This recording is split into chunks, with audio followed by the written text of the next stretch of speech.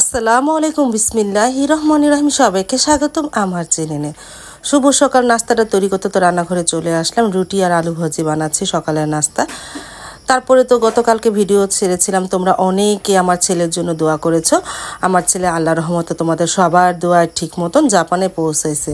তারপরে অনেকে জিজ্ঞেস করছো জাপানে কি ভিসায় গেছে। আমার ছেলে জাপানে স্টুডেন্ট ভিসায় গেছে। ও 4 বছর পড়াশোনা করবে স্টুডেন্ট ভিসায়। সাইদুল গতকালকে যাওয়ার পরে আছে কয়েকবারই রিং দিয়েছে, আমার সাথে কথা হয়েছে। মাশা আলহামদুলিল্লাহ ও সহি সালামতে জাপানে গিয়েছে আর ওর হোস্টেলেও উঠেছে। তারপরে অন্য কাজও সারছে, ফোন দিয়েছিল, ভিডিও কল দিয়েছিল। আমার মনটা অনেক শান্তি হয়েছে, ওর সাথে কথা বলাতে আমার মনটা অনেক হালকা হয়েছে। আমি তো গতকালকে কোনো কথাই বলতে পারিনি তোমাদের সাথে, আমার অনেক খারাপ লেগেছে। এখন আল্লাহ রহমতের সাইদুলের সাথে কথা বলে আমার মন অনেক ভালো হয়েছে।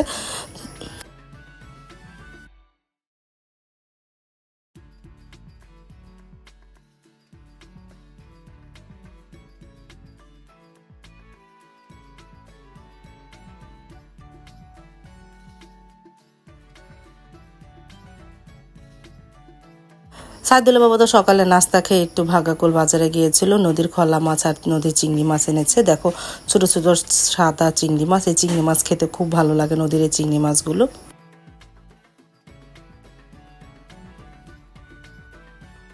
তারপর তো ঘন্টাখানি পর আমি রান্নাঘরে চলে আসলাম। ভাবি মাছগুলো কেটে দিয়েছিল, খলা মাছ লবণদা রেখেছি, ডাটা দিয়ে রান্না করব, পাঁচ শাক ভাজি করব, আর কিছু না। এই দুপুরের মেনু। আমি রান্নাটা আস্তে আস্তে করে ভাতটাও বসিয়ে দিয়েছি। আজকে ভিডিওটা অত বড় হয়নি কারণ অল্পই হয়েছে। তারপরে তো পাঁচ শাকটা বাগার দিতেছি শুকনা মরিচ আর রসুন দিয়ে। পাঁচ শাকটা আমি পেঁয়াজ কাঁচামরিচ দিয়ে মজে নিয়েছিলাম, এখন বাগার দিলাম।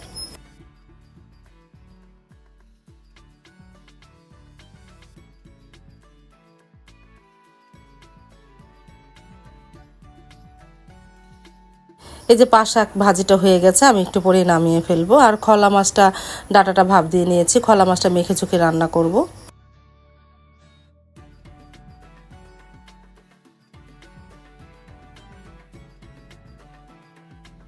তারপরে এই যে সব ময় মশলা দেওয়া হয়ে গেছে, এখন সরিষার তেল দিয়ে ভালোভাবে হাত দিয়ে মেখে অল্প একটু পানি দিয়ে চুলায় বসিয়ে দিই।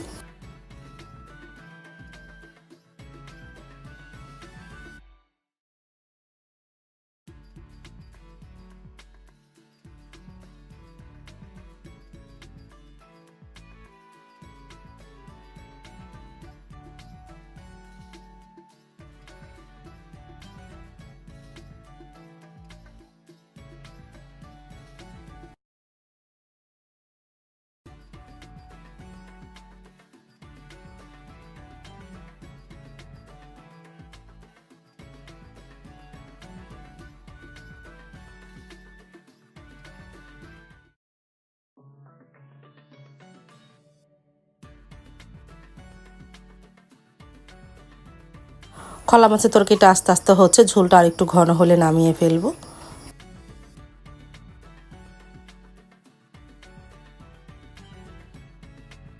দুপুরে রান্নাটা কমপ্লিট হয়ে গেল। আমি পাঁচ শাক ভাজি করলাম, ডাটা দিয়ে খলা মাছের ঝোল আর ভাত।